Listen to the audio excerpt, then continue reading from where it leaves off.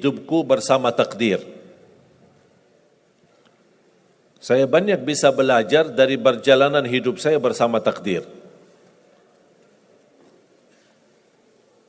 Saya ingat waktu saya di sekolah SD di Madinah, di Arab Saudi, kelas 1, kelas 2 sampai kelas 6.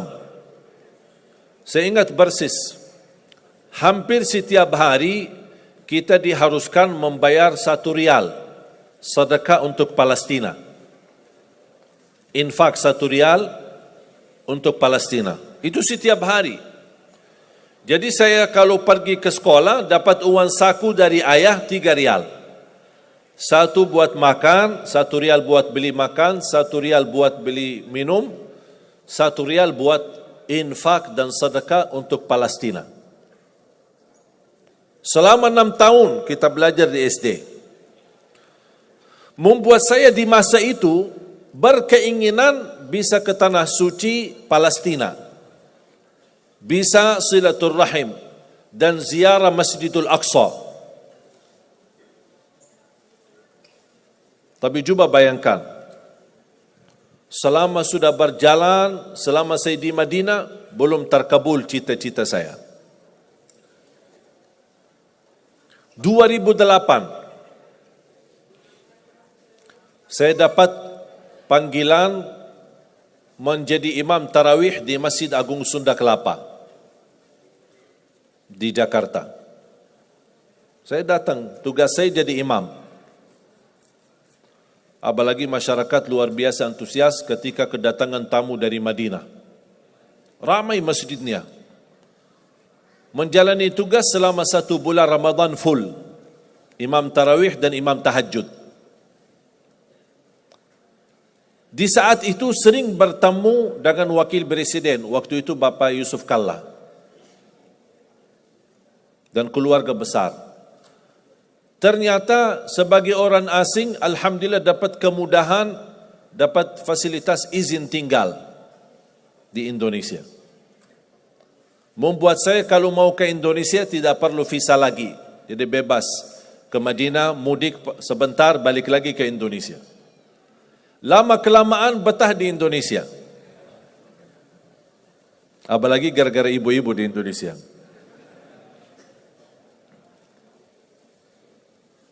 Subhanallah, tidak bisa membayangkan kalau ada orang bertanya sama saya, milih Madinah atau Indonesia, kira-kira saya jawab apa? Madinah lah.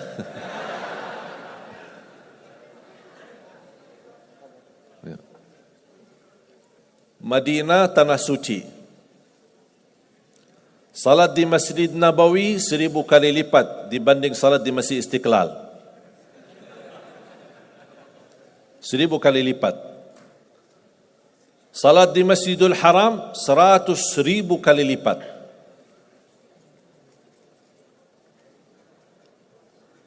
Di Madinah ada makam Nabi Muhammad sallallahu alaihi wasallam. Ada Masjid Quba. Kalau kita bicara barakah, ya Madinah lebih barakah. Aman, Madinah lebih aman. Suci, Madinah lebih suci. Banyak orang Indonesia berkata, oh aku bingung ya, kita aja mau ke Madinah, kok inti yang datang ke Indonesia.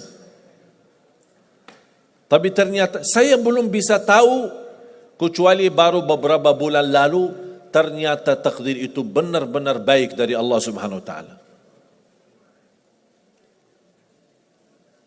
Tinggal di Indonesia 2008, 2009, 2010, saya masih ingat pertama kali belum bisa bahasa Indonesia. Bisa enggak terbayang? Dah bisa bahasa Indonesia. Mulai 2009 diajarin sama teman hafal 4 kata. Dah usah yang lain-lain, sudah pusing. Bahasa Indonesia mudah. Dan 4 kata ini sering dipakai oleh orang Indonesia. Apa kabar? Bagus. Mau kemana? Aku cinta kepadamu. Itu aja. Tidak usah pusing-pusing. Bahasa Indonesia mudah. Dengan tulus hati saya setiap bertemu orang, itu aja yang saya sampaikan. Assalamualaikum. Apa kabar? Bagus. Mau kemana? Aku cinta kepadamu. Orang bingung ini. Subhanallah, sedikit-sedikit belajar. 2010, pertama saya ikut mengisi bersama sahabat saya, teman baik saya, Ustaz Yusuf Mansur, di acara nikmatnya sedekah. Karena beliau memang dikenal Ustaz sedekah. Kalau beliau bicara sedekah, pasti semua isi dompet kita keluar, habis. Hebatnya itu kelebihan Ustaz Yusuf Mansur. Saya diajak sama beliau untuk mengisi pertama kali acara saya di TV TPI almarhum. Sudah tak ada lagi TPI ya? Sudah almarhum. Inna lillahi wa inna ilaihi raji'un. Jadi dari situlah sudah mulai didorong sama Ustaz harus berani bahasa Indonesia. Karena dulu ketika saya pertama dakwah, yang bantu translate Ustaz Yusuf sendiri. Tapi beliau yang mendorong saya harus bisa bahasa Indonesia. Nanti insyaAllah anak damping antum, mendampingi saya sambil sedikit, walaupun kata-kata ibu-ibu dulu bahasanya bagus dan lucu. Karena masih banyak yang belum lancar. Sambil gitu sudah mulai sedikit lancar, malah ditinggal sama Ustaz Yusuf Mansur. Tinggal saya isi sendiri. Antum sudah sendiri-sendiri aja. Subhanallah, 2011 saya dapat dipanggil untuk menghadiri acara buka puasa bersama Bapak Presiden. Waktu itu Bapak SBY. Saya diundang untuk menghadiri acara. Saya duduk di satu meja sama dubes Saudi, ada dubes Yaman, ada dubes Palestina, Mesir. Tidak jauh dengan meja Bapak Presiden, Wakil Presiden, Ketua DPR, MPR, semua hadir. Subhanallah, tiba-tiba penceramah yang ditugaskan acara kultum sebelum maghrib. Biasakan di Indonesia ada budaya sebelum buka puasa kan ada kultum lah, dipanggil ustaz atau siapa. Penceramah tidak datang karena macet, maklum Jakarta macet ya. Ternyata Allah punya rencana. Didatangi protokol, Pak maaf penceramah kita tidak datang. Ditunjuk Mbak Syekh yang isi. Saya kaget, apa yang mau saya isi? Depan presiden lagi. Akhirnya saya beranikan diri berbicara. Sedangkan protokol sudah menyampaikan, mohon Pak jangan lama ya, maksimal 10 menit. Ya biasa protokol. Ternyata mereka salah hitung waktu. Saya habis 10 menit, saya turun. Selesai tugas, duduk lagi di meja. Ternyata masih mau maghrib 40 menit lagi. Mereka salah hitung. Bingung apa mau isi lagi. Didatangin Ustaz, salah satu imam Masjid Istiqlal, untuk baca salawat lah, Asmaul Husna. Baca Asmaul Husna, baca salawat, baca subhanallah, walhamdulillah, wa la ilaha illallah, Allahu Akbar. Sampai orang badan ngantuk. Habis waktunya. Tapi masih ada waktu belum maghrib. Saya didatangi lagi sama protokol. Bapak Presiden minta antum datang lagi. Naik isi kultum sebentar sebelum maghrib. Saya kaget. Kok ini satu acara tapi 2 kali saya isi. Saya naik panggung. Saya masih ingat pertama ketika saya naik, karena tamu yang hadir ada kan juga dari negeri sahabat, negara Arab dan negara yang lain. Pas begitu saya mulai berbicara, biasa saya menawali Assalamualaikum warahmatullahi wabarakatuh, Bismillahirrahmanirrahim, Alhamdulillahirabbil alamin dalam bahasa Arab. Saya lihat Bapak Presiden kan ada alat terjemah di depan setiap tamu. Bapak Presiden mengambil alatnya. Begitu saya berkata amma ba'du, yang saya muliakan, yang saya cintai ayah kami Bapak Presiden Republik Indonesia, Beliau kaget. Langsung turunin alatnya lagi. Ini dengar langsung bahasa Indonesia. Karena dia melihat nampilan saya bukan orang Indonesia. Begitu alhamdulillah saya isi yang kedua kali, malah beliau panggil. Saya duduk. Dan saya cerita, nanti saya insya Allah akan cerita salah satu cerita yang menyebabkan saya mendapatkan perhatian dari Bapak Presiden. Barangkali antum kalau antum cerita barangkali dapat perhatian. Nanti saya kasih tahu ceritanya. Mau kan ceritanya? Pasti mau. Luar biasa. Kelebihan Indonesia semua serba mau. Tidak ada yang tidak mau. Jadi saya duduk di samping Presiden buka puasa sambil berbicara ngobrol. Dan subhanallah saya mendapatkan kejutan yang luar biasa. Langsung beliau berkata, mau enggak warga negara Indonesia? Saya jujur saja kaget. Karena sebelumnya, sebelum kejadian ini, ada yang menawarkan, membantu untuk proses warga negara Indonesia, tapi minta 150 juta. Tapi Allah kasih saya gratis. Dan Presiden langsung yang menawarkan. Sambil bahasa beliau apa? Kami sudah memberi warga negara kepada pemain bola, sampai sekarang belum berjuara. Kalah mulu. Pas sudah sampai ke final, kalah lagi. Mudah-mudahan kami memberi warga negara, mudah-mudahan bisa bermanfaat untuk Indonesia. Saya ingat persis bahasa beliau. Bahkan setiap saya bertemu beliau di acara besar atau Hari Raya Idul Fitri, pasti beliau ketika melihat saya, Alhamdulillah, terima kasih sudah menjadi warga negara Indonesia. Saya bilang, terima kasih Bapak yang memberikan warga negara Indonesia. Ternyata jemaah sekalian, saya mendapatkan tantangan yang berat. Warga negara Indonesia ada proses.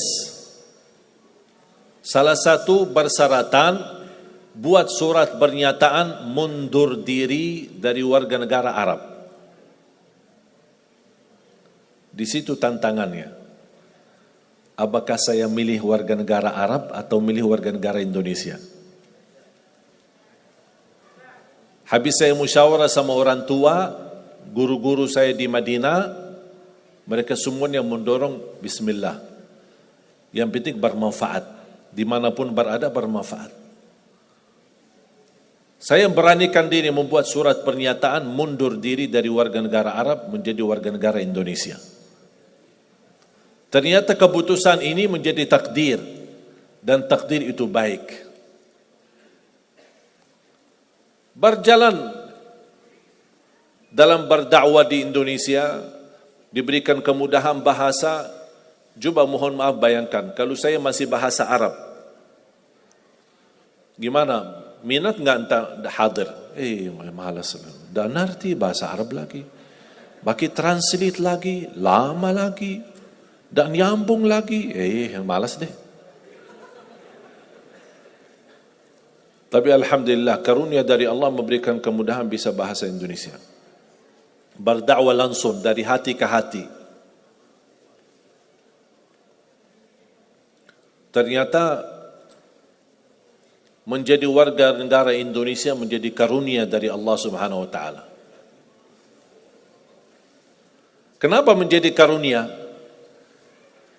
Karena 2017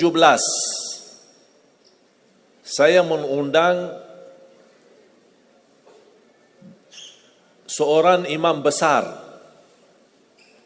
dari Palestina, imam besar Masjidul Aqsa. Kami undang kemari datang ke Indonesia. Isi bersama-sama di Damai Indonesiaku TV One. TV One, beda.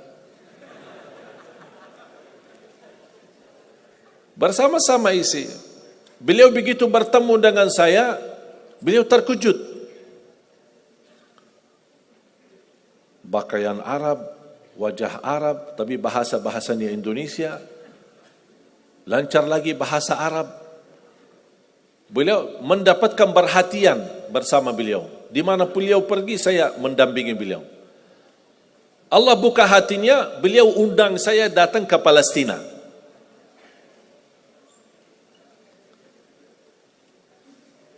Ternyata istimewa warga negara Indonesia.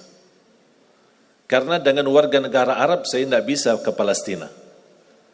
Tapi dengan warga negara Indonesia, alhamdulillah bisa ke Palestina.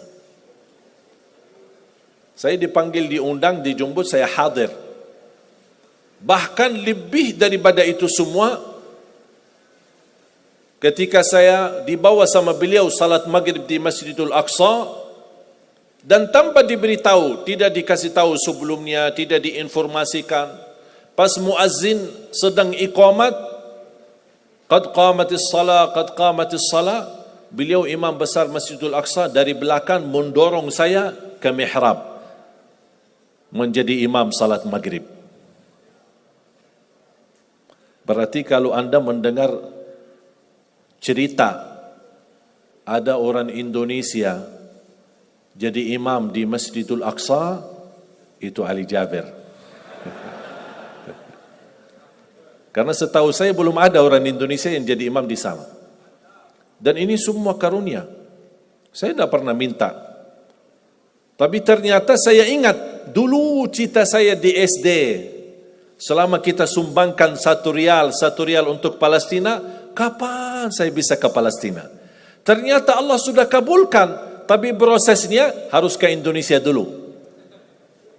Datang ke Indonesia, mundur diri dari warga negara Arab, terima warga negara Indonesia, baru Allah kabulkan doamu selama ini. Ternyata Allah kabulkan. Walaupun cukup lama ditunggu. Tapi ternyata semua apa yang Allah berikan itu luar biasa baik. Lebih daripada itu, saya menemukan sejarah keluarga. Ternyata baru saya tahu kakek saya lahir Indonesia. Lahiran mana? Lombok. Siapa yang dari Lombok? Angkat tangan dari Lombok. Lumayan, 1, 2, 3, 4. Lahir dari Lombok. Jangankan kakek, ayah dari kakek kelahiran Lombok. Bahkan beliau dibunuh oleh penjajah Belanda dan dimakamkan di Ampenan. Habis beliau dibunuh dan dimakamkan, anaknya yang namanya kakek, anaknya pindah atau berhijrah ke Hadramaut. Dari Hadramaut ke hijrah lagi ke Madinah. Nikah di Madinah dan dapat keturunan, dapat ibu saya.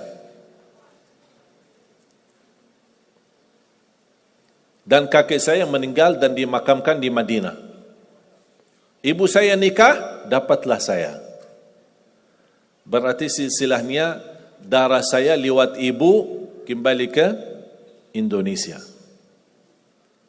Makanya saya kaget pas kemarin di rumah sakit, pas cek darah, dokternya kaget. Oh, kok darahnya merah putih, subhanallah.